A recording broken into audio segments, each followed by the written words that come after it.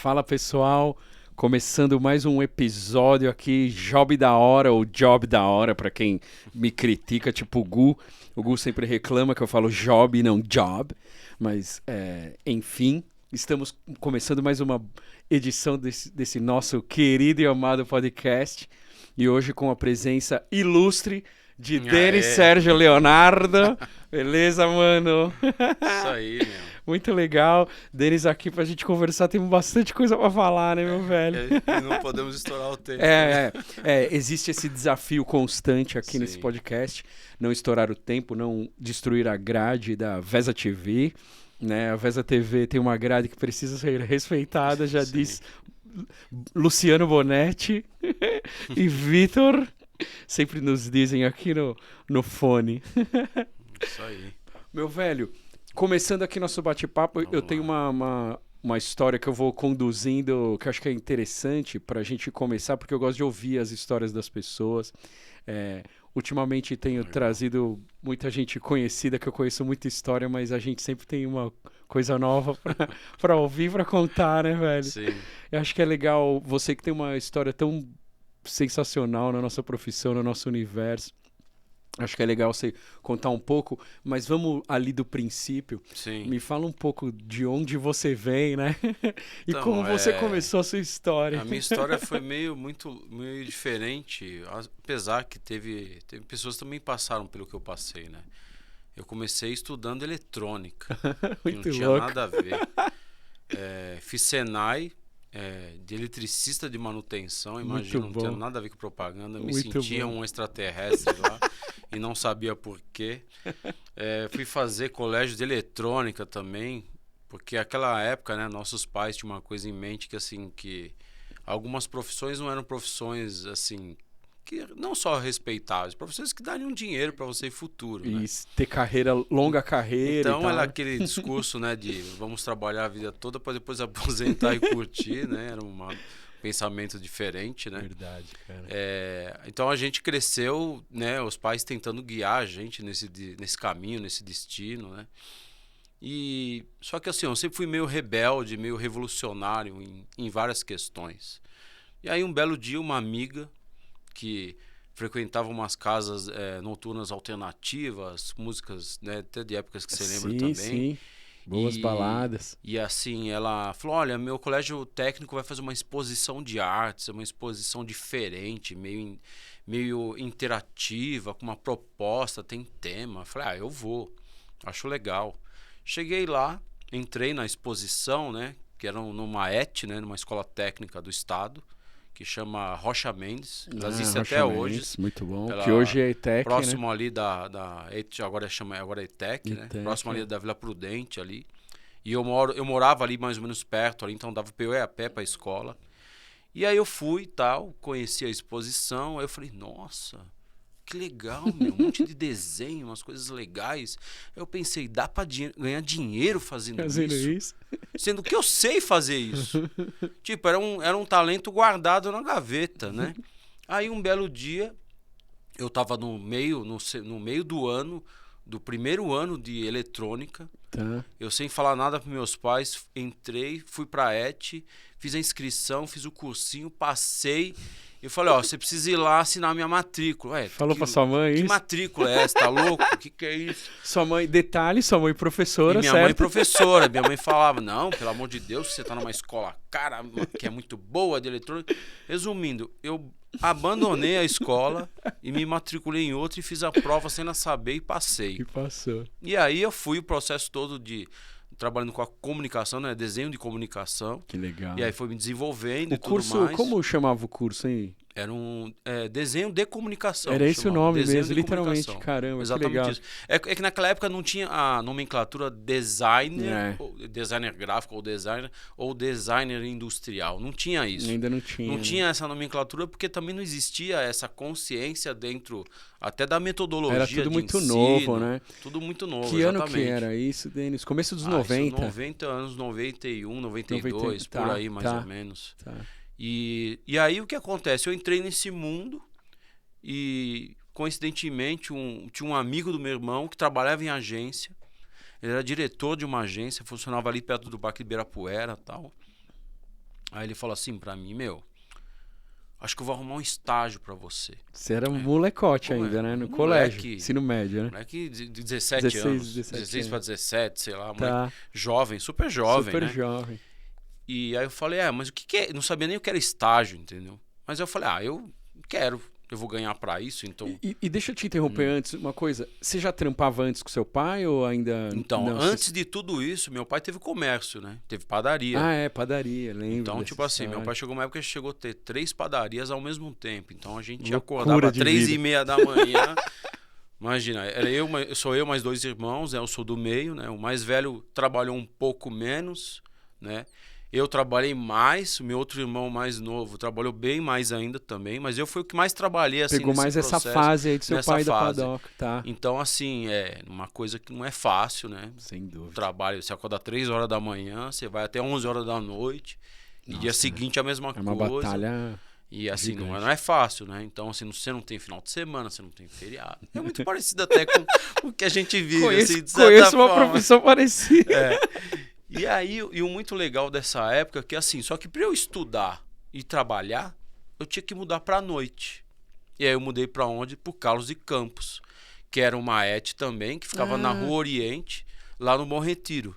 Ah, caramba, e aí não o que sabia acontece? disso. Eu me transferi para lá, consegui... Para poder fazer o estágio na agência. Estudar à noite e fazer o estágio na agência. Tá. E aí foi assim que eu comecei no mercado. E o muito louco do Carlos de Campos, quando eu cheguei lá, era tudo grafitado. As paredes. Que da hora, Uns puta desenho, umas puta arte. Linda, maravilhoso era o trabalho dos caras.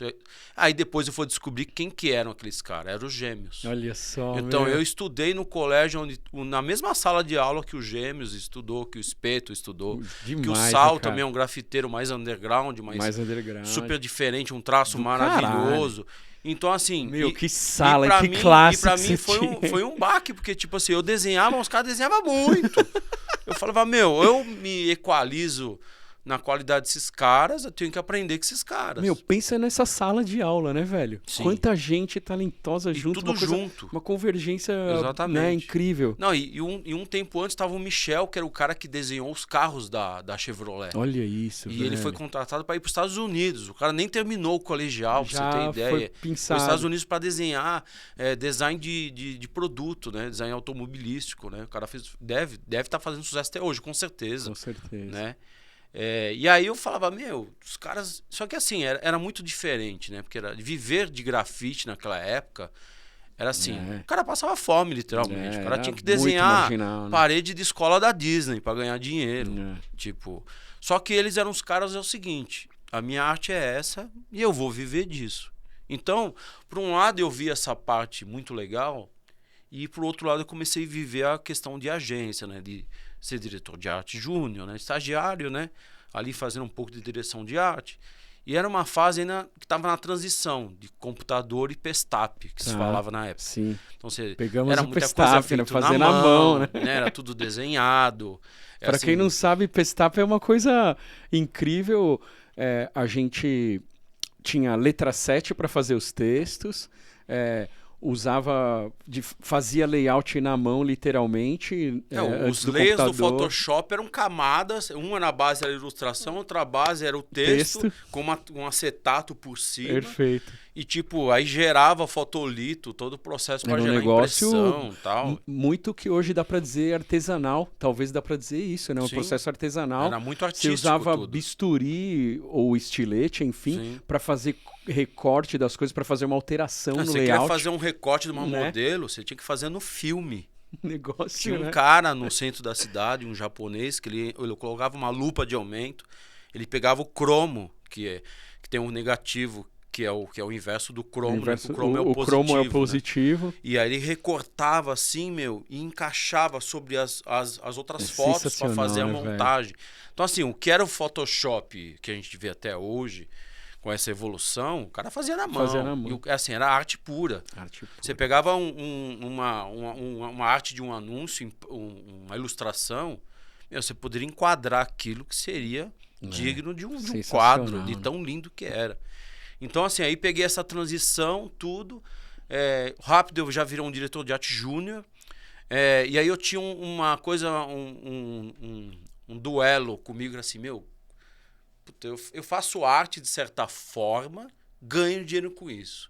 Os caras desenham muito e não ganham dinheiro com isso. Aí eu comecei a ver o quê? Que poderia ser feito o quê? Transições do artista tá dentro da propaganda e a propaganda tá dentro do artista de alguma forma. Então ali já me deu uns starts diferentes que eu poderia talvez trazer para o meu trabalho para o futuro Legal, de outras isso. coisas. Muito legal. Então assim, eu era um cara que sempre... Então eu desenhava meus projetos, meus logos, minhas Fazia campanhas, tudo à mão, eu né? fazia tudo à mão, eu desenhava tudo. Em último caso, eu levava para um software para fazer a finalização. Então, assim, eu ficava muito nesse processo. E para mim foi muito bom, assim. E era uma agência que, assim, que era uma agência que ela tinha clientes de todos os estilos, assim. Tá. Trabalhava com empreendimento, tinha a marca de brinquedos, Estrela, tinha várias marcas legais, empresas, assim, que dava para Muito trabalhar legal, né? e fazer coisas diferentes. E o muito louco, era uma agência que ela surgiu como? A Almap BBDO tinha perdido uma conta gigantesca, nem era BBDO, ainda era Era Almap. só o map. Eles fecharam o andar inteiro, mandaram embora. Esse andar inteiro saiu e montaram uma agência. Que louco. E eram só pessoas foda, não tinha ninguém que se falava que era mais ou menos. Era todo mundo muito bom, em todos os sentidos, redator, cara premiado. Só que assim, perdeu o cliente, naquela época era muito isso, né? Ainda hoje é também, né? Demitir, aí eles resolveram se juntar e montaram uma agência.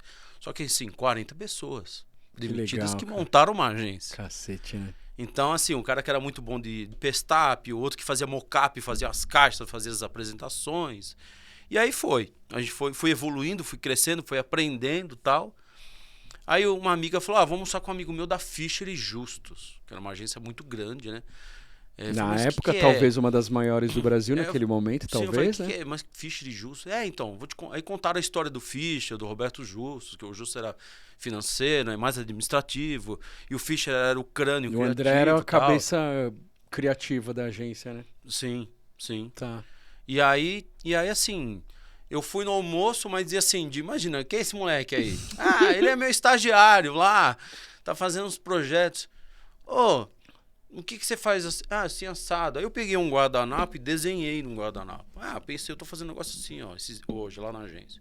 Ele olhou assim, você não quer trabalhar na Fischer? Falei, eu quero. Vou ganhar mais do que eu tô ganhando aqui. E na frente da diretora, que era minha amiga. Ela falava assim, olha, eu acho que você tem que levar o Denis sim. Aí ele falou, você deixa? Deixa. Porque ele é muito talento para o lugar que ele tá. Eu acho que ele já tá numa fase que ele tem que ter um desafio muito maior do que ele tem. Legal. Aí eu fui pra Fischer para ser diretor de arte júnior. E aí comecei a fazer. E assim, eu era muito inocente, que era moleque, né? Então. Muito novo, né? Imagina, eu cheguei numa agência que tinha 350 pessoas. Animal, né? Ela tinha acabado de ganhar a conta da Brahma, da Skol, da Credit Card, da Pernambucanas. Só cliente gigante, assim. Então, assim, eu pegava toda a campanha número 1, eu fiz várias peças da campanha número 1. Skol lá, quando a gente fez lá atrás também. Sensacional. Então, assim, várias coisas legais que depois viraram prêmios, viraram, cases e tudo mais, tal. E aí teve um desafio que era para desenhar a lata da Brahma número 1, né? Que eles fizeram umas latas históricas. Só que é o seguinte, naquela época, um diretor de arte júnior numa agência daquele tamanho, você tinha que ser muita faca no dente, literalmente. Eu pedi o meu almoço na mesa, pra você ter ideia. A galera saía pra almoçar de 2, 3 horas de almoço e eu não saía. Eu ficava lá. Porque ralando, era o único momento que eu tinha para fazer alguma coisa diferente. Só que acontece, eu li os briefings que estavam em cima das mesas e eu começava a fazer umas coisas e mostrar pros caras que tomavam decisão. Tá. Aí o cara falou, essa ideia aqui é legal, hein? Você pode fazer. Aí eu fiz uma latinha da Brahma. Número 1, tal. Aí eles falaram assim, vamos apresentar essa daí também, viu? E só que detalhe, o cara que fazia o mocap lá na ficha, fez um mocap preciso da lata. Era tipo a lata impressa. Perfeito, cara. Então, o mocap feito à mão com o dourado tinha dourado, sabe? Caramba, meu. Aquele efeito Ralph Tone screen, né? O pontilhado tinha também, o cara fazia. Demais. Era demais. Deixa eu só dar um parênteses aqui, rapidinho, te cortar. Sim. Quando o Denis fala mocap, gente, é mocap de verdade, viu? É tipo fazer uma peça dessa, né? Não estamos falando de layout. Réplica, né? Não estamos falando de layout, né? Porque hoje existe uma... Sei lá, as coisas mudaram tanto, né? Sim, E, enfim, e os novos profissionais da nossa área, muitos chamam os layouts de mockup. As artes, fazer Sim. arte, fazer um layout, fazer mockup. Mas quando a gente está falando... É que agora ele consegue prototipar, exato, né? Várias coisas com muito várias diferente, formas, né? né? E aí, nesse processo todo, aí minha lata acabou sendo... Uma das latas foi a minha escolhida, eu fiz, tal, participei do projeto, foi muito legal. Legal. Tava lá, fiquei lá 3 anos e pouco, tal. Nossa, ficou bastante tempo lá, pensei que tinha ficado menos até. E assim, eu peguei muita coisa boa de advertising. Que é o quê? Como apresentar campanha, como defender conceito, como direcionar proposta criativa, como construir os insights e tudo mais, tal. Então eu peguei, absorvi muito isso deles, né? Depois mesmo o processo, me chamaram uma pessoa que era o Carilo, que na época era o VP de criação lá. Ele ia sair para montar a agência dele. Ele falou, ó, eu quero que você converse com um amigo meu na DPZ. Aí falei, legal, vamos ouvir, né? E assim, e pra galera de hoje até ter uma ideia dessa relação de valores, né? Sim. Tipo assim, eu ganhava R$8.000. Sabe quanto custava um Corsa?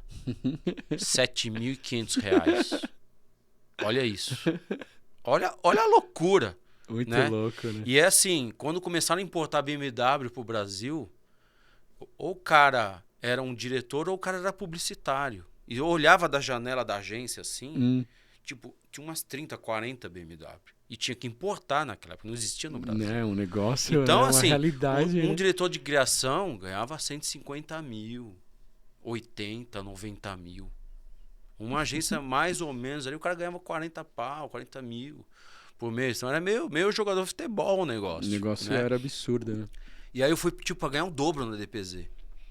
Aí quando eu fui pra DPZ, e assim, sempre tem uma parte cômica dentro dos meus processos de transição. Muito, você tem que contar essas histórias. A outra eu não contei lá da ficha da que ficha aconteceu. Você não contou, você eu tava quer que esperando. eu conto? Muito, então, tem que contar, lá. muito bom. Eu cheguei, tava na ficha, fazia... Às vezes eu conto isso para as pessoas. Faziam, sei lá, 8 dias que eu tava na agência.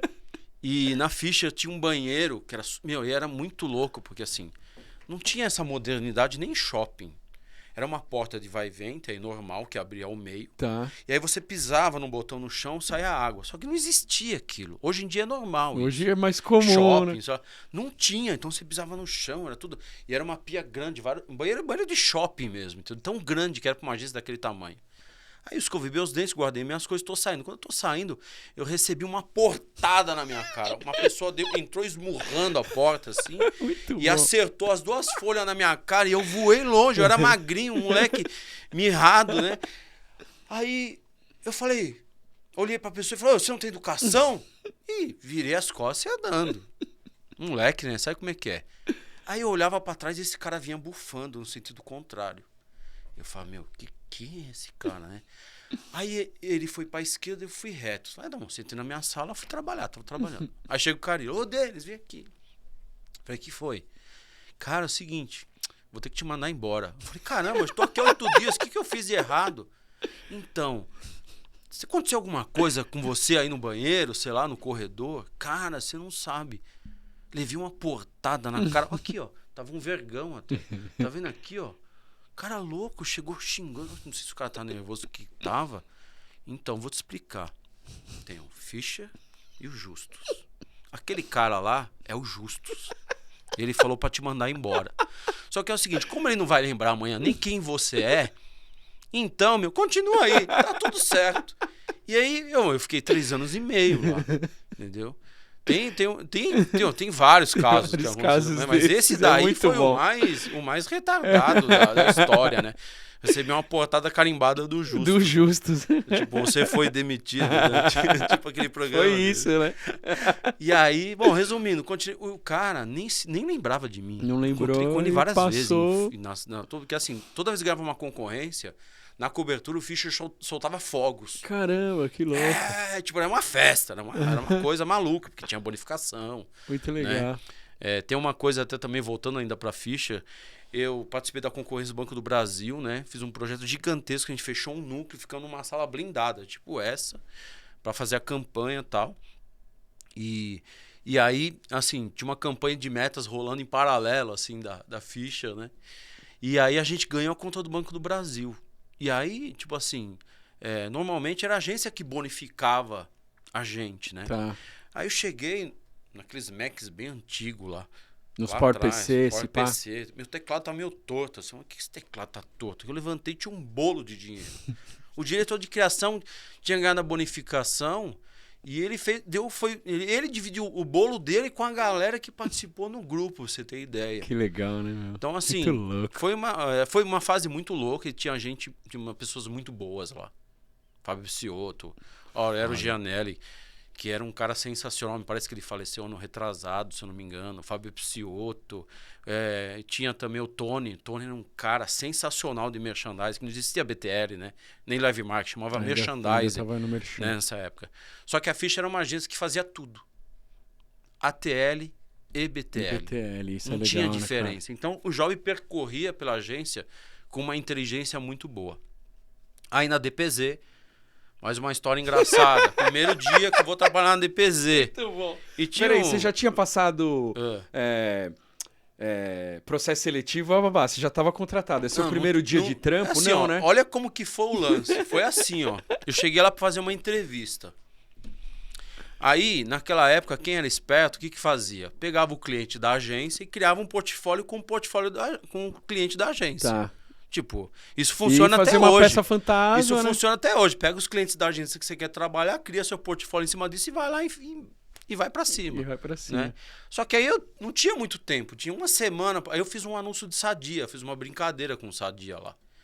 Né? Com o Lequetrec, que é o personagem de Sadia. Aí eu fiz tal.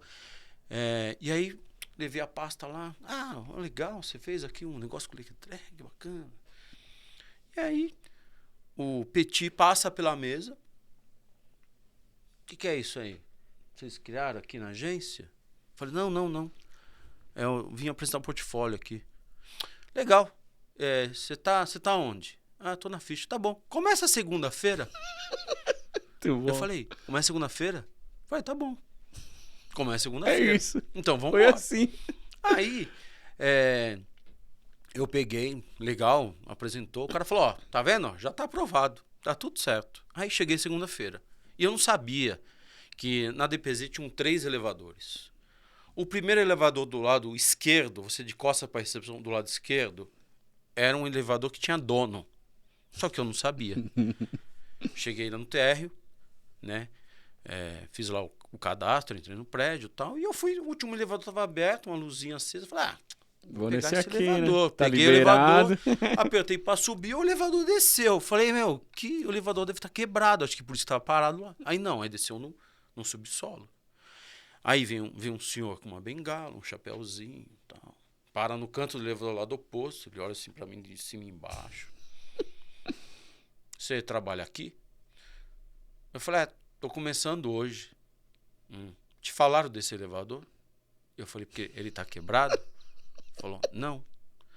É outro motivo, mas tudo bem. Ah, eu lembro de você, eu falei pra ele. Você viu o Lequetrec, né, que eu desenhei lá de um anúncio, uma ideia de anúncio. Ah, você é aquele que começava hoje. Entendi. Aí veio. Quando abriu a porta do elevador da recepção principal, a menina tava roxa, vermelha. Ai, acho que eu vou ser mandada embora. Eu falei, o que foi? Como assim mandado embora? Você tá passando bem? Não, é que aquele elevador do Petit. Ninguém pode pegar aquele elevador. Não te avisaram. Eu falei, não me avisaram. E aí, beleza. E aí, tava lá trabalhando, normal, todos esses tempos e tal. E eu, uns anos também na DPZ. E um dia eu tava trabalhando até tarde, assim, e eu tava fazendo faculdade, tava fazendo Belas Artes. Ah, aí você já tá na facu, aí eu já tava na facu já, que depois eu me formei no colégio, na transição da Ficha, prestei na Belas Artes, passei na Belas Artes. Tinha feito prestado Mackenzie, FAP, mas aí os caras mesmo da própria DPZ falaram, não, você tem que fazer Belas Artes, que é a melhor faculdade nesse sentido, que tem um professor assado, que são caras muito bons, que vão te ajudar. Até afinar a sua técnica, melhorar e tudo mais. E eu tava atrasado, falei, nossa, não vou conseguir ir pra facu hoje. E não tinha celular, né? Pra você ligar pro amigo assim, assina a lista aí de presença. Que lá, 8 faltas, você tomava pau, meu, Não na Belas tinha, Artes. não Não tinha, tinha boi. Não tinha boi. Não tinha moleza. Aí eu tava lá me queixando, caramba, mas tudo bem, agora eu vou terminar isso aqui. Aí tô lá fazendo, aí vem lá o Petit. O que você tá fazendo aí? Isso? Qual o prazo que te passaram? Isso. Esse prazo tá errado. Não é esse prazo, não. Pode ir embora. Você já jantou? Eu falei, não, tô morrendo de fome. E eu ia pegar ônibus. Imagina 11h30 da noite você pegar ônibus. Busão, Né? Até então eu não sabia que na DPZ tinha um esquema de táxi, de voucher que você podia pegar no dia que você fosse sair tarde. Eu não sabia disso. Aí ele falou, então vamos jantar. Aí tinha um restaurante francês ali do lado. Caramba. Ele me chamou, eu fui jantar, almoçar. Fui jantar com ele. Aí jantei, batemos um papo lá, né? Tal. Aí falei, o pessoal fala, tem tanto medo, né? De estar perto de um cara, uma né? figura ícone dessa, desse, né? Mesma coisa o Zara também. Eu tinha uma interação super bacana com a filha dele, sabe? Pessoa gente boa, a Júlia, que ela ia de vez em quando na agência e tal. Legal. Super inteligente, a pessoa, né? Filha do cara, um dos ícones aí da propaganda. E aí eu fiquei lá um bom tempo também, só que eu tava muito nessa pegada de terminar minha facul. Porque naquela época ainda tinha essa isso, idiotice, né? De você ter que fazer uma faculdade. Não vou dizer que é idiotice, porque é importante fazer uma faculdade, porque ela traz um pouco do contexto disciplinar histórico que vai te encher com uma bagagem boa. Verdade. Só que para quem trabalha numa DPZ e uma Belas Artes, cara, manda a Belas Artes a merda, entendeu? Só que eu fiz inverso. DPZ, a faculdade era uma obsessão para nossa geração. Era uma cara, coisa, né? que se eu não fizesse a faculdade também, eu não ia me sentir completo. E aí eu saí, mas você vai sair, você é louco, ninguém sai da DPZ. Cara, mas eu preciso. Tô perdendo aula, não posso, né? E aí fui trabalhar com um fotógrafo, um super top, né? Fui meio que ser assistente dele, só que eu era muito bom em retoque de imagem nessa época. Além da direção de arte que eu fazia, eu era muito bom de Photoshop. A minha precisão com o mouse era tão grande que era como se eu tivesse uma caneta usando no Photoshop. Então, assim, eu fazia vários jobs grandes para várias agências, né? Desde campanhas de cigarro, de carro, fazia fusão, montagens, muito tudo mais, legal. tal. Só que aí para mim foi bom, porque eu aprendi muito de luz, mais ainda. De luz, aprendi muito de câmera também, de captação fotográfica, de estúdio, de cenário, de set. Eu amava aquilo, eu achava muito louco, era meio mágico aquilo. Legal, né? Porque assim, e o Carriere, que era o fotógrafo, o cara era muito bom. Era um cara que tinha fotos feitas para campanhas na Archive, em várias, no One Show também, né, nos melhores, né, veículos e meios de premiação também. E aí eu fiquei lá um bom tempo, e aí eu decidi, quando eu me formei, eu falei, eu vou voltar pro mercado. Aí eu me encaixava mais aonde? Formado em desenho industrial, sabendo ilustrar e tudo mais, e pensando numa vivência diferente, acabei indo para BTL, né, BTL. E aí, assim, para mim foi bom, porque eu me desenvolvi muito nessa área, comecei a pegar muito a manha de trabalhar com BTL. Isso foi ano 99, ano 2000. Tá, já começo dos 2000. Pra você ter ideia, em 2003, eu já olhava para o mercado e falava assim, a gente tem que arrumar um jeito de apresentar melhor esses projetos. Aí eu comecei a aprender 3D na época. Você começou ali? Comecei 2003. Ali. E aí a gente eu comecei a fazer os jobs todos. Eu pegava um job inteiro, por exemplo, Bradesco, que eu fiz muito na época, e eu fazia o conceito, eu fazia a estratégia e eu fazia o 3D. Então eu fazia o job inteiro, eu fazia. Né? Muito legal. Era tipo um faz tudo que fazia bem feito. E aí o cliente via o 3D e falava, nossa, que coisa fantástica. Encantava demais. Encanta até hoje, né? Lá quando era novidade, então eu imagino que, sim, né? Assim, era assim, só tinha 2 pessoas ali, 2, 3 que faziam isso em São Paulo, que fazia com qualidade, pensando no design, né? Tinha alguns caras de 3D, mas que não eram tão designers. Tá. Né? Não tinha essa coisa. Então o que acontece? Eu incorporei, além das ilustrações do projeto que eu faço manual, eu incorporei o 3D também na direção de arte. Então começou Perfeito. a dar uma mudada muito grande em vários aspectos. Só que como eu conhecia estúdio de fotografia, Eu sabia montar uma cena muito bem feita para gerar a qualidade que eu queria para aquele projeto. Legal. E aí eu acabei ampliando esse leque, fazendo ponto de venda, fazendo muito trade, né? Pesado, fazendo ativação. Só que é o seguinte, a diferença é que não tinha o cara do 3D. E eu era o cara que fazia tudo, todo o projeto. E nessa época também, não tinha planejamento. Era o diretor de arte Era diferente, né? e o redator. Como A gente se funcionava, né? reunia O fluxo era outro na agência. Né, e a gente fazia a estratégia. Né? Muito louco. Então, assim, aí teve esse processo todo, aí eu fui realmente... Aí eu acabei virando um expert em tudo que envolvia BTL, eventos, tudo, todas as frentes. Só que aí o que acontece? Eu comecei a pegar um pouco do que eu aprendi em advertising e jogar para dentro do BTL, que é conceituar melhor, trazer insights diferentes, pesquisar comportamento, trazer outros significados para dentro da comunicação e da direção de arte diferente. E aí eu comecei a encabeçar cargo de gestão.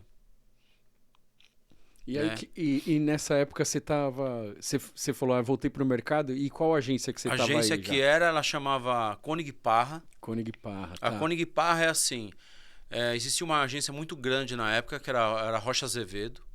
Da Rocha Azevedo saiu o Koenig, Martin Koenig saiu, montou a agência dele.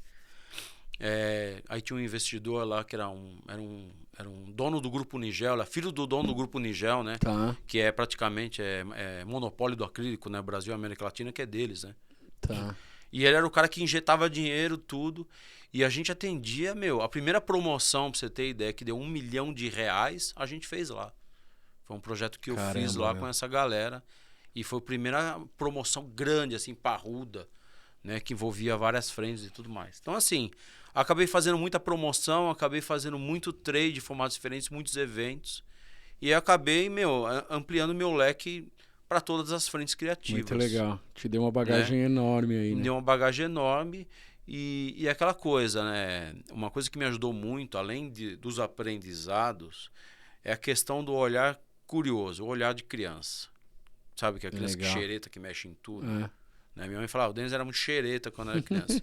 Eu acho que o grande segredo é esse, você continuar ter essa curiosidade, ir atrás das possibilidades. Acho que o não aí você joga para trás. Você ir atrás das possibilidades. E uma coisa que é muito boa que eu aprendi é a transmutação das possibilidades. Vou dar um exemplo. Uma arquitetura de um prédio pode virar um logo. Uma arquitetura de um prédio pode virar um Quivídeo. Uma arquitetura do prédio, um pedaço daquela arquitetura pode virar um palco de evento. Um pedaço daquilo pode virar uma gôndola diferente. Legal. Então, assim, você tem que saber transitar com todas essas frentes. Perfeito. Então, assim, referências de coisas mais absurdas que a gente vê, que é feito no Oriente Médio, a gente tem que tentar trazer a essência disso de alguma forma, né? Então, assim, quando eu faço os projetos de stand, de eventos, projetos especiais, até projeto de produto, que eu faço ainda bastante projeto relacionado a isso, a gente tem que se inspirar e saber converter essas possibilidades todas em coisas diferentes. Né? Muito bom. E um adendo que eu vou fazer aqui, em 2018 eu encontrei os gêmeos no aeroporto, lá no Rio de Janeiro. Eu falei, e aí, Gustavo, tudo bem? E aí, ele olhou assim, aí, nossa, Denis. Estamos conversando. E eu falei uma palavra para ele, ele lembrou. Eu falei, cara, vocês vão demorar 15 anos para ganhar dinheiro. Vai pra agência, vocês vão ganhar mais dinheiro. Vocês vão ser mais felizes, olha a minha cabeça. E aí e o cara falou, o Gustavo me lembrou, falou, lembra de você falou isso pra mim? Então, ó, a gente tá ganhando dinheiro. Demorou bastante, mas é isso, a gente tá fazendo dinheiro. Ainda bem que deu certo, né? Eles merecem, né? Eles merecem demais, né, mãe? Talento demais, não tem nem o que dizer, cara. Né? Mundialmente reconhecido hoje, né? E é claro que com essa dedicação toda, você acaba conquistando prêmios, não tem como não conquistar, entendeu? E principalmente num formato que a gente veio transitando, né? Para uma agência hoje ter uma conta de live marketing é muito difícil, né? Algumas têm, mas a gente na verdade mata um leão a cada job, né? É tudo concorrência, então assim, e às vezes é um detalhe que você perde a concorrência mesmo tendo um projeto maravilhoso. Então assim, saber amarrar muito bem essas frentes, né? Sem dúvida. E a tendência é isso se tornar mais complexo naturalmente, é claro. E aí a gente, nesse processo todo que eu passei, né, nessa agência, depois eu fui para outras agências como New Style, na Bullet, tudo mais, trabalhei na Momentum também. E aí teve uma fase ali de transição que eu saí da New Style, montei um estúdio, né? Foi até quando você me conheceu. Que aí é quando a gente se encontrou. Que aí eu fiz lá fiz uns projetos, né, para vocês, na época você tinha agência, tal, já dessa época. E aí começamos a trocar, né? Figurinha, por que a gente não junta uma coisa aqui e ali, a gente faz algo diferente. E realmente aí a gente acabei juntando, fazendo parte da GAX. Sim, né? Sim, isso, o Denis está chegando aí em 2009, né? Uhum. É que ele foi um pouco rápido, viu, gente? Mas ele passou por várias agências, como ele falou Várias aí. agências. Enfim, a gente se encontrou, ele tinha recém montado o estúdio, acho, né? Fazia poucos anos que você tinha com o estúdio. Fazia um ano e meio. Um ano e meio. Você saiu da New Style e montou seu estúdio. E aquela coisa, né? A gente tem que enxergar a oportunidade, né? Então eu só tinha uns 5 caras bons de 3D que faziam 3D para as agências Live Marketing. Eu falei, o quê? Eu vou montar um estúdio, vou atender essas agências. Vou atender todas as agências. E aí eu atendia as 5 maiores agências, eu atendia fazendo vários tipos de projetos, entendeu? Só que eu sabia que aquilo ia acabar. Tudo tem que tinha um deadline. Eu sabia que aquilo É. tinha 2 anos que se sustentaria fazendo 3D, né? E é claro, eu tinha clientes diretos também, tinha um pouco daqui e ali. Um pouco de tudo. O maior ganho mesmo era através das agências, com os projetos tal, e tudo mais. Que foi nessa época que a gente se conheceu. A gente se encontrou. Exatamente. E aí o Denis foi pra Gax, foi sócio. O Denis foi meu sócio por 1 ano e pouco. Quase 2 anos. Quase 2 anos. Quase 2 anos. E, várias noites Nossa. e noites. Mas a gente conseguiu fazer uma. A gente fez coisa a gente fez agora, grandes feitos. Do caralho. Né? Fizemos coisa Grandes do caralho. O Denis trouxe muita coisa. Eu não sei se eu já falei aqui, mas como eu faço a diferença das grandes agências, né? O Denis trouxe muita coisa. A Gax já tinha 9 anos de existência, mas era uma agência pequena. O Denis trouxe uma realidade do alto clero, como eu chamo as grandes agências, pra gente. E fez a gente experimentar muita coisa que foi importantíssimo pro nosso caminho, pra nossa trajetória. E conectar a gente com grandes marcas, que eu acho que isso foi muito importante para a Gax. E foi uma experiência sensacional. Não, a gente ganhou. A gente fechou um cliente por mês, lembra? Sim. 6 clientes em tempo recorde. Assim. Sim, foi do caralho. Clientes grandes, clientes com potencial. Bombamos. Exatamente. A gente fez Fenza pra caralho. Por exemplo, tudo. Craft pra caralho. Que hoje é Mondelez. Como que era lá? Kendall, não é? Que a gente sim, fez também, sim. Né? A gente esse, fez várias coisas. A Rennes foi nosso cliente por sim. 10 anos.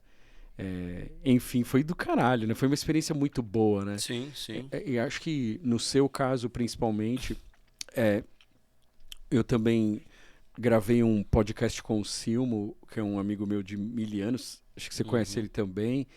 E ele, parecido com você, né? Sempre na história das grandes agências. Até teve uma época que ele tentou trabalhar em agência menor, como você no nosso caso. Sim. Mas é muito difícil, né? Não é um universo que porque é muito eu diferente, acho que né? que são momentos diferentes, né? Momentos diferentes. É muito difícil.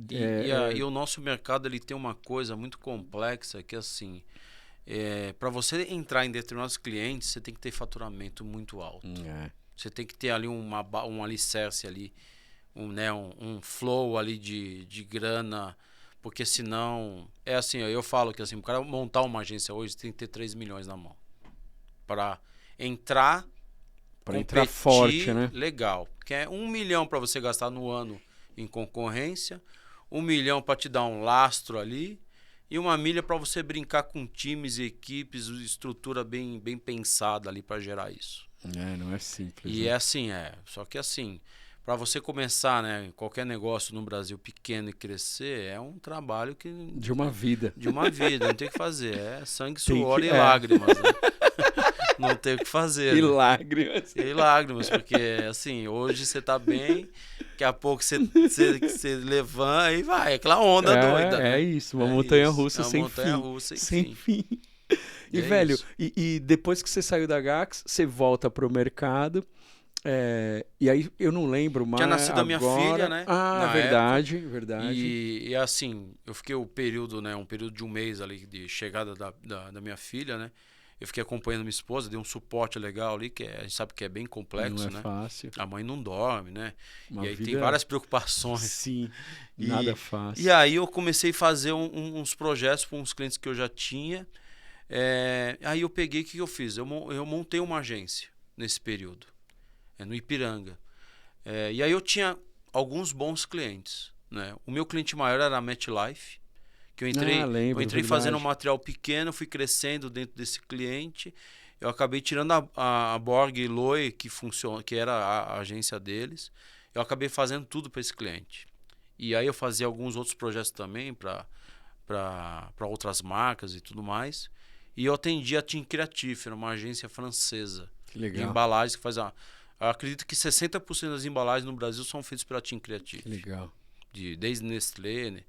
Três Corações, assim vai. E eles queriam montar algo no sentido de ter um BTL, ter um live marketing lá dentro. E aí eu comecei a fazer muitos projetos para eles também, para esse cliente.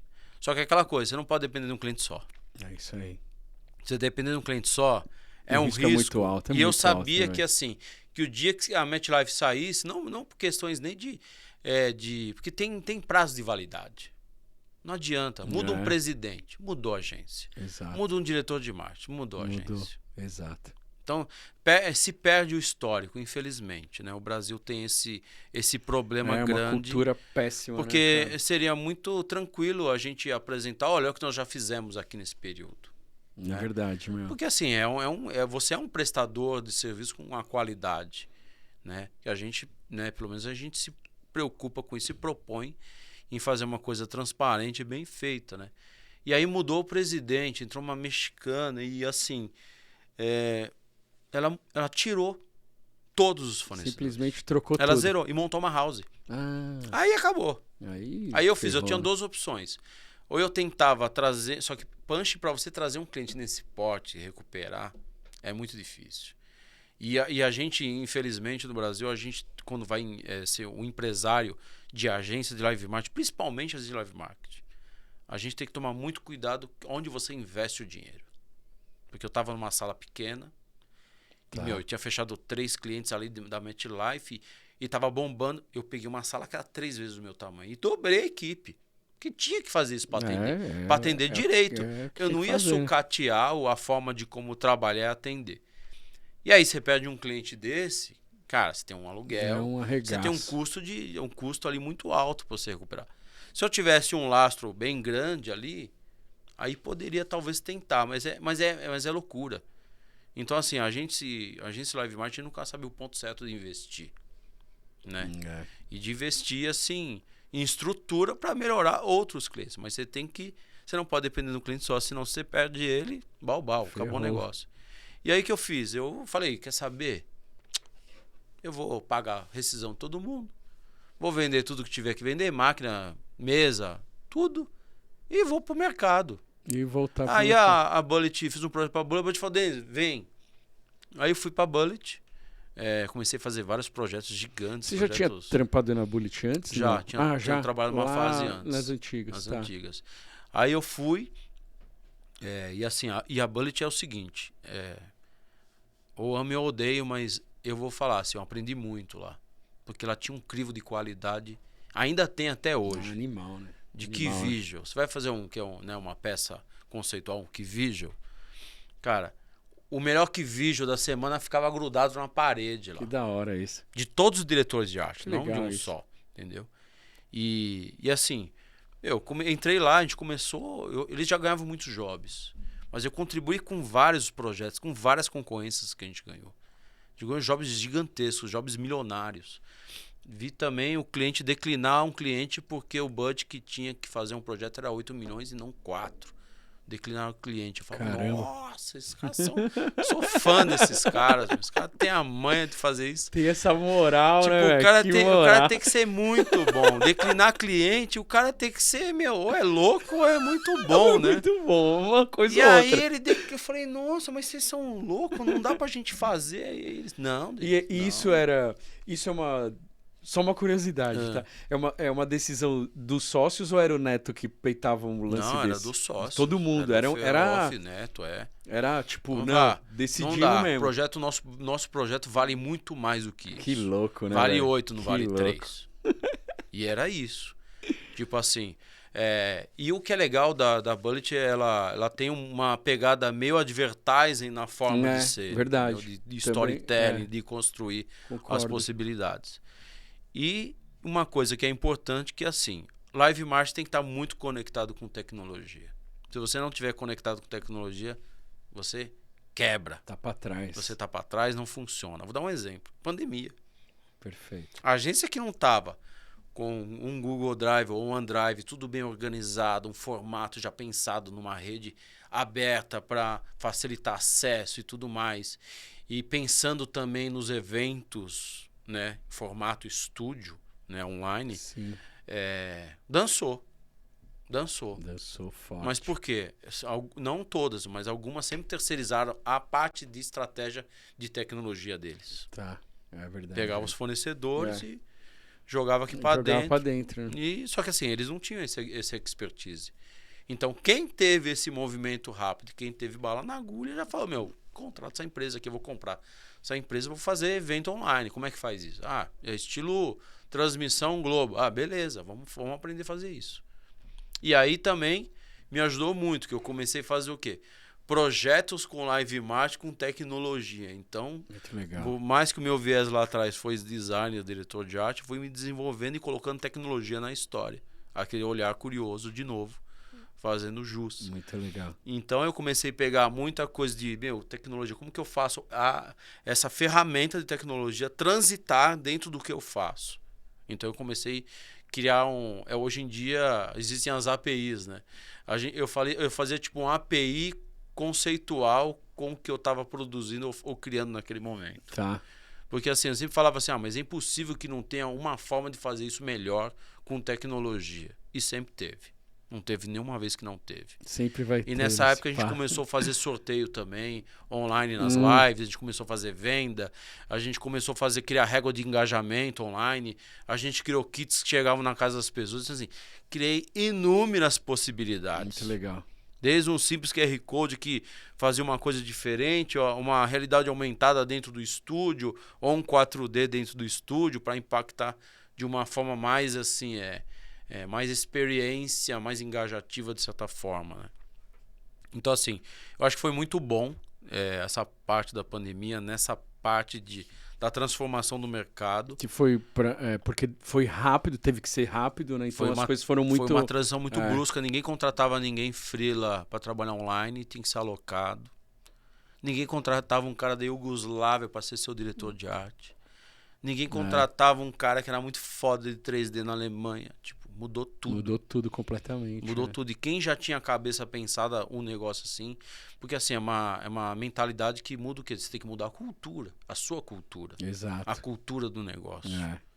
E criar formas de como fazer metodologias de como acompanhar isso à distância. Então foi muito bom. E num espaço curtíssimo de tempo. Um espaço muito curto. Teve que todo mundo se agilizar e com verbas rapidamente. muito diferentes. Exatamente. Muito menores. Exato. Então assim, quem era produtor de evento começou a produzir evento dentro de estúdio.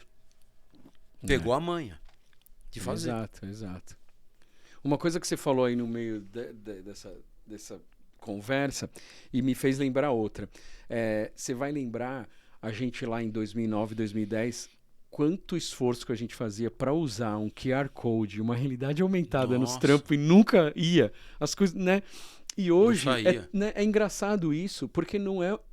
Ali naquela época já era uma coisa que não era super nova. Não vou Não lembrar de era. quando é o É. QR Code e tal, mas, Sim. enfim, já não era super novo. E não pegava, o negócio não pegava. Não Você lembra que a funcionava. gente falava É disso? porque assim, Meu, as pessoas não usam, não, a gente não tinha pega. uma deficiência E agora, muito... meu, Sim. bagulho... E também tinha uma coisa também que é o seguinte, né? O nosso hardware, o nosso telefone, o nosso smartphone, ainda tava a arcaico, câmera né? não identificava o código. É verdade. Não tinha tem uma isso. inteligência ali. Você tinha que ter um app É. para fazer a leitura do QR Code. E era tudo E aí era zoado, sempre né? assim, o discurso de alguns clientes, mas as pessoas não vão baixar Não vão QR baixar, Code. E eu falava, depende, se o cara for ganhar muito com isso, ele vai. É Se verdade. tiver um benefício plausível, ele vai querer. Acho que você falou uma coisa que realmente, velho, é relevante. Os aparelhos celulares, a grande maioria deles, ainda não tinha tanta tecnologia tinha. empregada. O celular top era pouca gente que tinha, Sim. porque era caríssimo, enfim. Sim. E também não tinha internet Você não para tinha- carregar as coisas, para meter um Tecnologia 3D. pra gente na época era fazer site, lembra? Verdade. Era programar site. Era isso que... Por isso que essa coisa não pegava. né? E às vezes você queria um site, até o WordPress era muito ruim, lembra? Era muito Nossa, era muito- zoado, né? muito É feio. muito Você primórdio tinha que fazer um ainda, né? site programável 100% para ele ter a qualidade e o que você Nossa, queria. era um né? sofrimento. As coisas mudaram muito. Aí depois, uma época também, nesse processo todo, eu comecei a aprender UX também. Porque eu tava tentando ver se... A gente não sabia o que ia acontecer com a pandemia. E aí eu acabei estudando muito UX e comecei a fazer muitas coisas. Em Figma, XD, também nessa parte também. Legal. E aí peguei até uns projetos de umas startups. E durante esse período você estava freelando? Como que Então, você estava? quando Você estava na Bullet começou ainda? a pandemia, eu tinha saído da Bullet, tinha recebido uma proposta para ser head de criação e planejamento de uma agência que... tem uma fase aí que eu pulei pequena que foi da Batuque, né? Ah, da Batuque, Batux, é né? verdade, Batuque cara. eu fiquei Você lá ficou 7 bastante anos lá. Meu, 7 anos. caramba, você pulou, né? Pô, Eu pulei a legal pra Batuque. caralho. 7 Um anos. trampo sensacional. E a Batuque é o seguinte, eu cheguei na agência... eu tinha fechado a agência. Ah, Foi foi nessa a sequência. época. Tá. A Bullet foi depois. Eu tá. tinha fechado a agência, e aí eu fui fazer um freela nessa agência. Aí fui fazer tal. E aqui em São Paulo? Aqui era em São Paulo, na Vila Olímpia. Tá. Era na Vila Olímpia, na Rua Funchal ali. Aí eu cheguei lá pra fazer um projeto e tal. Incrível que pareça, qualquer era um de Sadia, outro de Balduco. Olha só, Clientes que eu sempre trabalhei, que eu adorei. Muito bom. Amo trabalhar com esses clientes. E aí eu cheguei lá pra fazer um projeto, fazer um freela só. Fazer um freela. Que a minha ideia era fazer um freela e ficar nesse formato. Não queria ficar fixo. Tá. O diretor de criação não foi pra agência esse dia. O cara desapareceu. Sei o que aconteceu. Deu Sumiu. fuga, velho. Aí ela, desesperada, dona da agência, ela falou assim: Denis, você não quer apresentar esse projeto, pelo amor de Deus? Porque é o seguinte, é um projeto mega importante pra gente, tá pronto, tá lindo. Caramba. E realmente, foi um projeto muito foda. Porque, tipo assim, eu coloquei desde aquela época a mensagem, aí que envolve também a questão de pensar com a tecnologia. Eu coloquei frases de Natal na árvore que você mandava via Bluetooth. Que da hora, No ponto velho. de venda em alguns pontos de São Paulo. Tá. Porra, Era uma que ideia legal. sensacional. Você Porra. escrevia o nome da sua família na árvore. E ficava durante um tempo até você tirar a foto. Tá. E aí aconteceu um caso engraçado esse dia aí. Que eu fui pra lá. Aconteceu, tem coisas que é muito louco. Tô indo Aquelas lá com a coisas da dona vida. da agência, furou o pneu dela. Paramos pra arrumar o pneu. Indo pra reunião do Pra cliente. reunião. Gente meio que atrasada. É. Aí Aquela chegamos vida. lá na Balduca, que é lá em Guarulhos, né? E é difícil de entrar lá, né? E a gente fazia até uma piada. Eu tava no Giraia aquele dia, né? Tava virado no vendo Jiraya, qualquer coisa hoje aqui. Aí eu peguei o projeto e eu repassando assim no carro, assim, ó, porque não fui eu que tinha feito a apresentação, tá ligado? E a pior coisa que Putz, existe muito foda é você isso, pegar uma nossa, é mó apresentação que não foi você armadilha, que é mó fez. armadilha. Tipo, tem tudo pra dar bosta. Aí o cara pergunta uma coisa, o cliente pergunta uma coisa. Lá Você não acha? Você errou. Slide, fudeu. Aí beleza, aí peguei, falei, cara, eu não vou decorar nada. Como assim? Eu vou apresentar sem decorar um nada. Porque é o seguinte, eu vou vender o nosso conceito e a criação. E a estratégia. Que era a defesa que tava na sua cabeça, né? Aí eu peguei e tal, cheguei lá, aí estamos arrumando a mesa assim e tal. Arrumamos tudo, preparamos lá, sala cheia de gente, tava o trader, tava o marketing, tava a área comercial também, que era uma campanha que envolvia, era sazonal, envolvia também a área comercial também, né? Então tinha várias frentes. Tinha trade, tinha ativação, tinha Uma coisa microevento, grande, tinha uma né? coisa meio envolvendo influenciador e tudo mais, tal. E aí nós levamos um chefe de cozinha na reunião. Aí veio a minha legal, velho. parte, aquela parte do passado de advertising.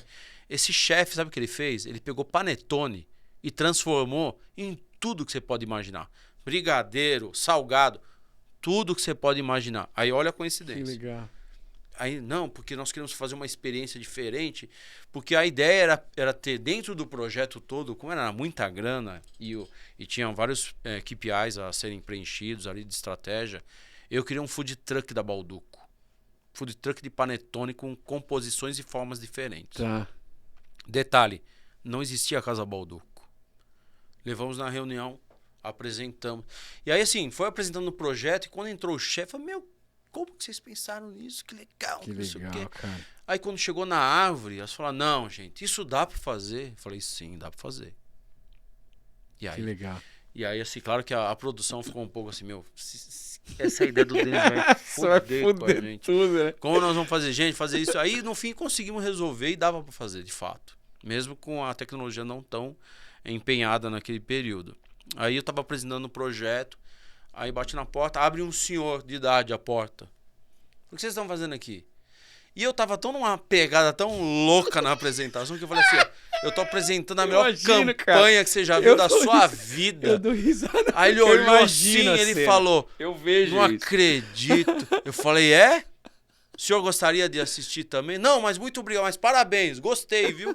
O cara era o senhor Balduco, velho. E eu falei com ele, e eu nem me toquei Você nem que era o sabia cara. quem era, né? Eu nem sabia quem era, porque eu não associei. Sabe quando você tá naquele... Você tá ali na adrena, pique, na adrena. É, então.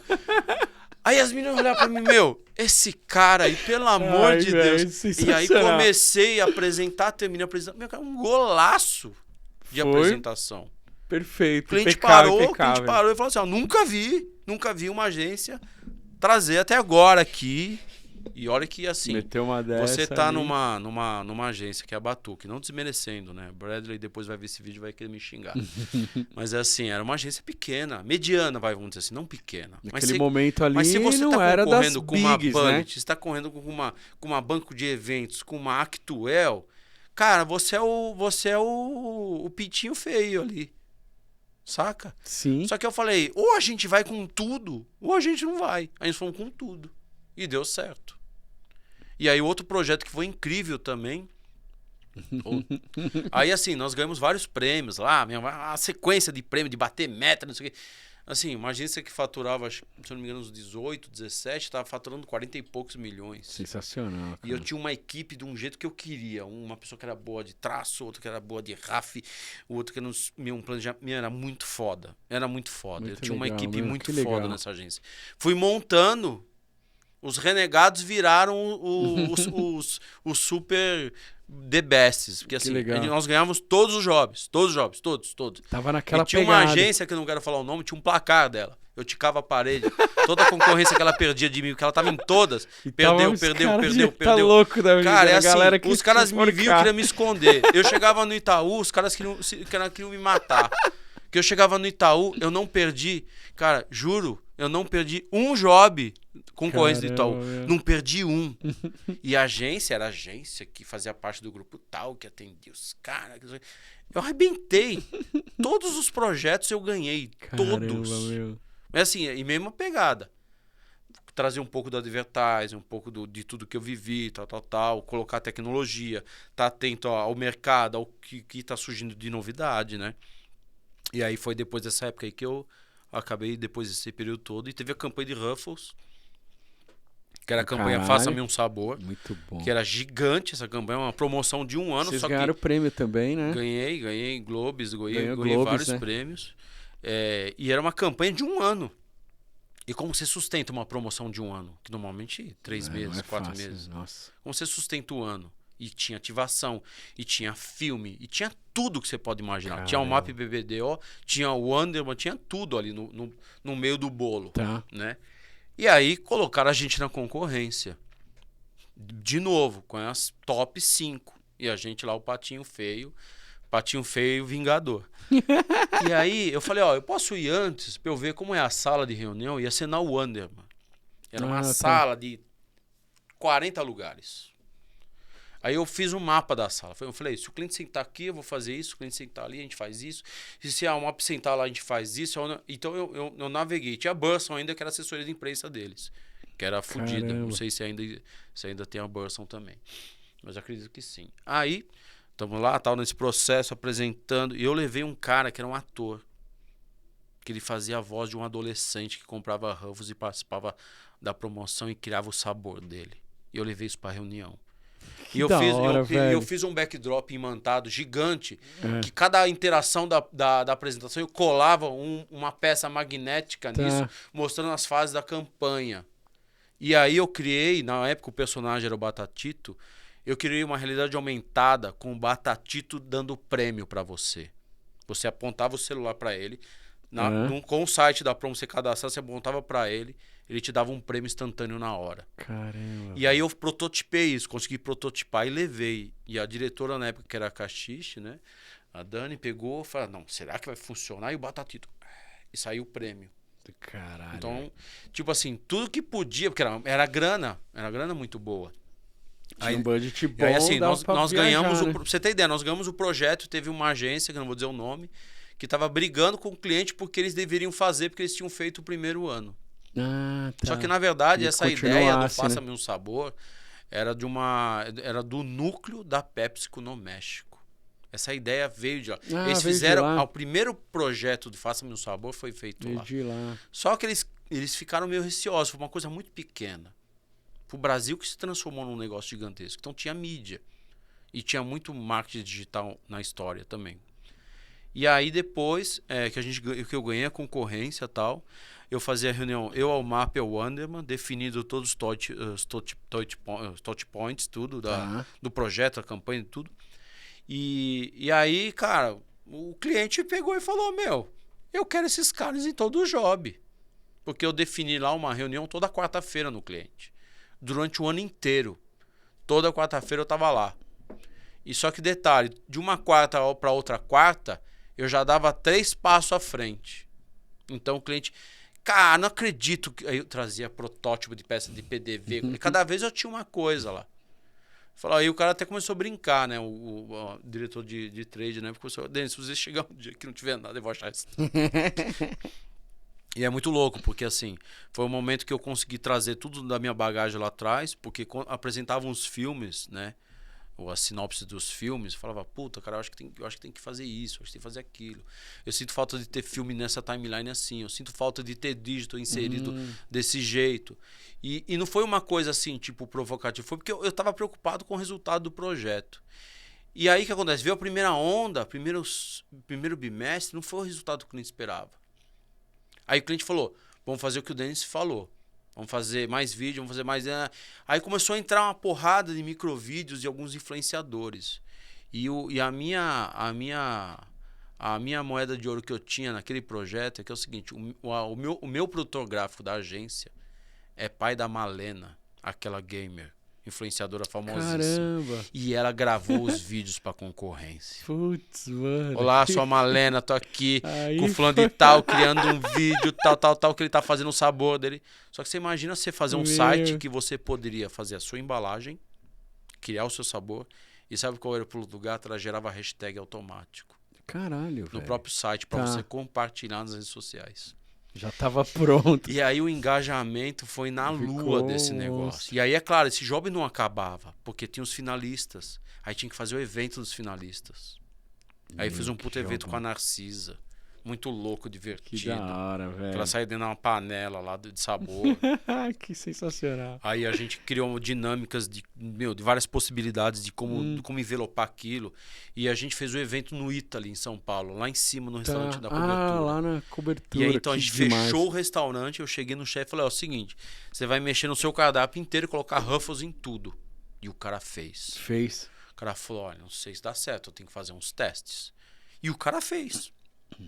O cara transformou o Ruffles, assim, em tudo que você pode imaginar. Se falasse que colocasse com caviar, ele fazia dar certo. Que legal. Foi sensacional. Então a gente ganhou um prêmio em todas as frentes. no ponto de venda, na promoção, no evento, em tudo, nas entregas. Tudo, fechou, zerou, né? E o louco é você ver o vídeo dessa galera que foram os 30 selecionados que vieram de outros estados para São Paulo. Que legal.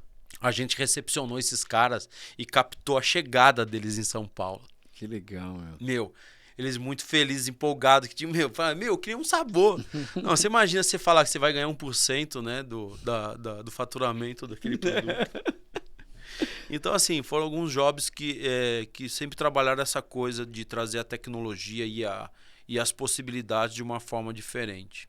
E aí, eu fiz uma outra mudança de chave agora, que eu criei um birô de planejamento e criação, chama Strong Voice. E isso é super recente, né? Porque eu também não é tava super sabendo recente. não, mano. A Strong Voice, qual que é a ideia? É uma novidade. Porque nos últimos 10 anos eu tenho feito planejamento, muito planejamento.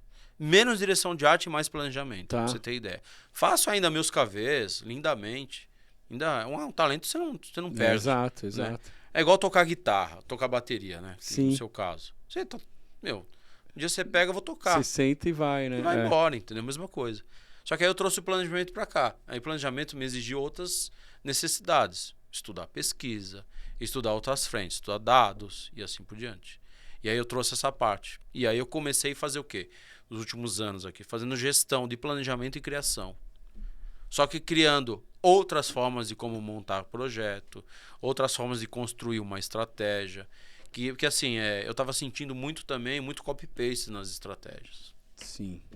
O problema. Não, isso é simples. O problema nós sabemos. Quero saber como que a gente faz isso aqui dar certo.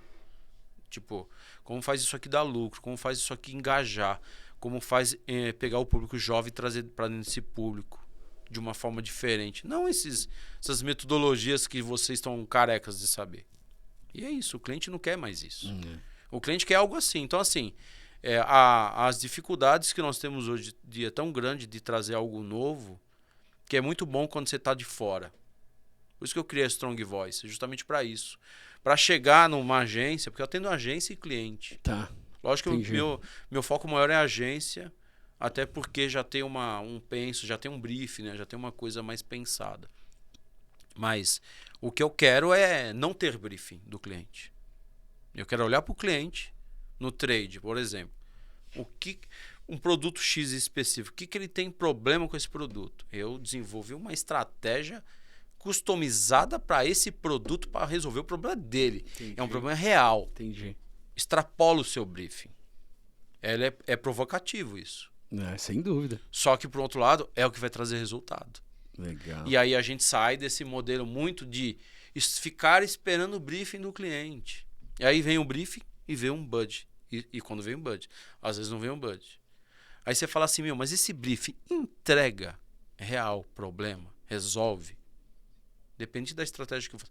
Eu vou conseguir resolver, preencher essa lacuna de verdade? Então, assim, por que o advertising e o digital ainda tem um passo à frente da gente? Porque eles conseguem mensurar. Nós não conseguimos mensurar ainda. O live tem esse... A gente consegue mensurar colocando ferramentas. A gente consegue. Só que a questão, hoje, né? Só que a questão é, o cliente não paga essa mensuração. Não paga esse... Mas é muito bom a gente começar a ir atrás do resultado verdadeiro e falar para o cliente, fazer um feedback inverso. Esse evento se tivesse feito isso, o resultado ia ser melhor por causa disso. Porque aí, isso é bom, porque vai criar concepções novas de pensar nos briefings de forma diferente. Sem dúvida. E na hora da escolha criar também da agência. mentalidade, né, e cultura, né? E na hora da escolha da agência. Sim. Porque seria muito bom, que é uma discussão que eu tenho sempre lá no LinkedIn, né? De falar assim, precisamos ser a estratégia do cliente. Não a agência que você pega para resolver um incêndio. A gente tem que ser estratégico para o cliente. É tipo assim, usa a agência de live marketing pensando que se é um 360 graus, eu posso ter mídia, eu posso ter digital, Exatamente. eu posso ter engajamentos e formas diferentes de chegar naquele resultado. Exato. Independente se é uma promo, se é uma ativação. Seja lá o que for, né? Seja lá o que for. É igual a gente está vendo esse movimento, né? Muito grande do dinheiro dos clientes indo para os festivais. Só que aí é uma pergunta que eu deixo no ar, né? É tipo assim, o festival começa, né? O período que antecede o festival gera ali um awareness e tudo mais, tal, Perfeito. tal. Tem um festival, Acontece, né? acontece a ativação, uau, ali um momento uou, legal pra caramba, muito bom, né? Coisas maravilhosas acontecendo. Aí você tem um pós. Aí o pós, essa curva vai assim, né? E depois essa curva começa a descer. O que eu acho que tá faltando? Não pode descer essa curva. Tem que manter lá em cima. Tem que tentar fazer isso. O pós tá no porque mesmo nível. Senão você vai pegar todo, você viu o investimento grande que você fez depois sendo diluído. E não adianta se pensar desta forma, porque o público hoje, o público jovem, vamos dizer assim, essa nova geração, ela quer ser impactado no The Town, por exemplo, mas ela quer continuar sendo impactada depois na mesma intensidade. Não importa os meios. Se é uma promo, se é digital, se é conteúdo. Seja o que for, né? Esse storytelling não pode acabar, senão você acaba deixando. Então você fala assim, vou ter que esperar vir outro festival para eu subir de novo essa tomada aí, essa. Então, assim, eu acho que é uma coisa que o mercado ainda está vivendo muito isso, mas ele vai ter que fazer esse olhar Encontrar diferente. essa solução. Né? Encontrar a solução, exatamente. Igual você pega o Tomorrowland, por exemplo, choveu muito no primeiro dia. O segundo dia era cruel, impossível né? Foi cruel. ter evento. Imagina marcas ativando um projeto como esse. Destruidor, né? É assim, um dinheiro é um prejuízo imenso enorme, né? jogado fora. Então, assim, tem que entender que o Live March é muito mais do que só o que a gente está acostumado com o calendário. Sem dúvida, né? Sem dúvida. E ainda sonho ainda de um dia uma agência de advertising que tem um cliente na mão, falou, fulano, vem aqui, vamos sentar junto, que é o seguinte, eu quero fazer uma estratégia diferente, eu quero ver que a gente consegue agregar junto. O dia que acontecer isso de uma forma sincronizada de verdade, não assim, ó, chama os caras aqui para vir aqui que eles têm que resolver isso aqui. Não. Eu acho que tem que fazer colocar parte a mão do na tempo massa. todo, Desde o plano até a execução. Igual o exemplo daquele amigo nosso lá, o André Matarazzo, né? Sim.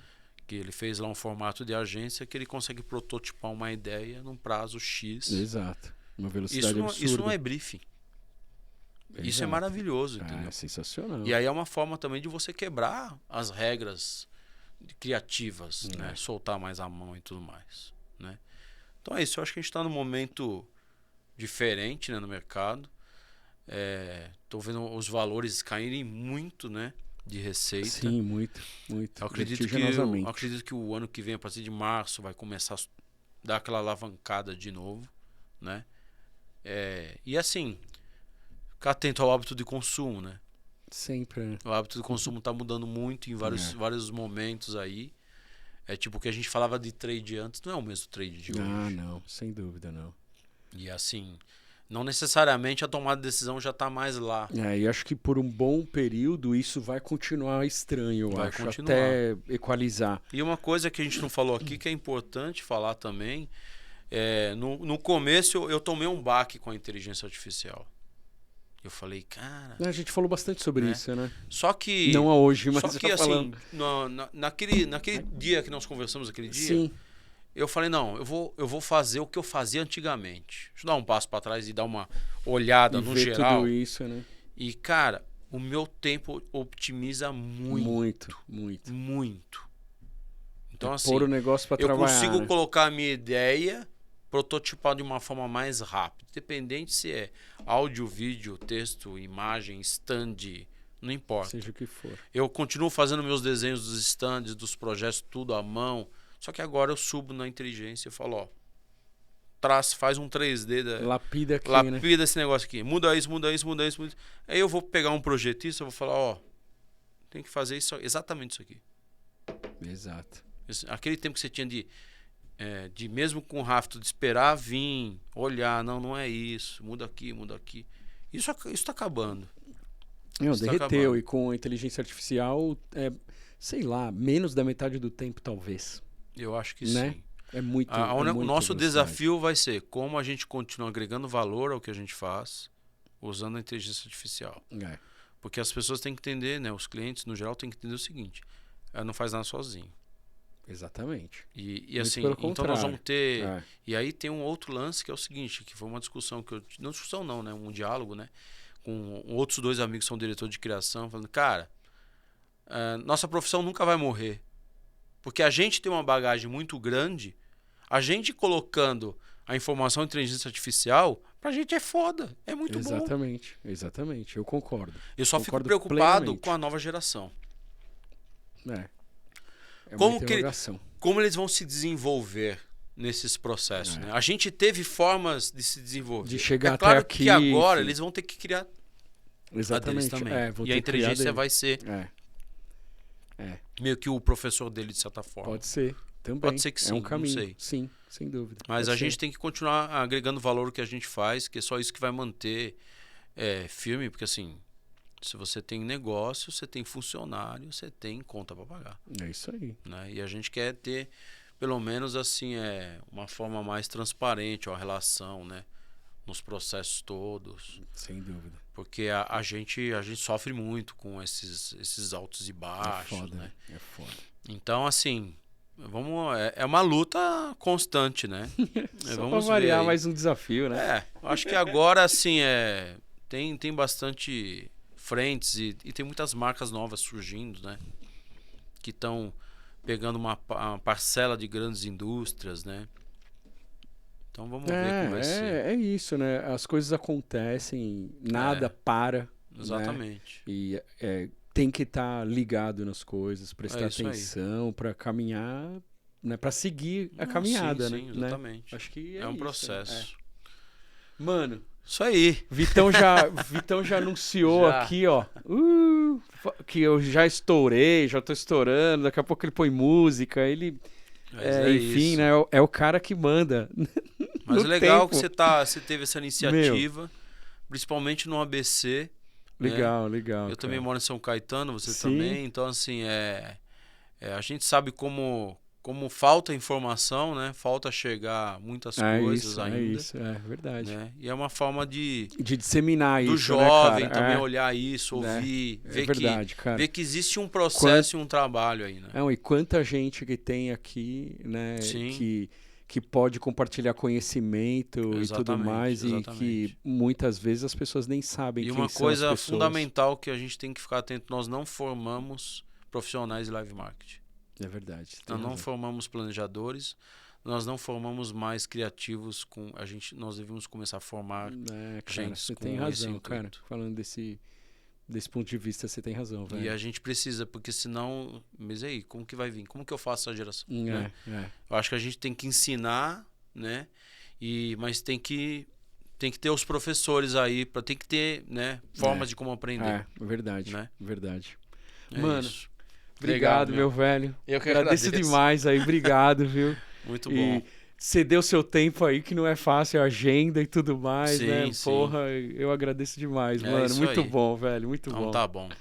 Gente, isso aí. Ficamos por aqui. Agradeço quem nos acompanha sempre.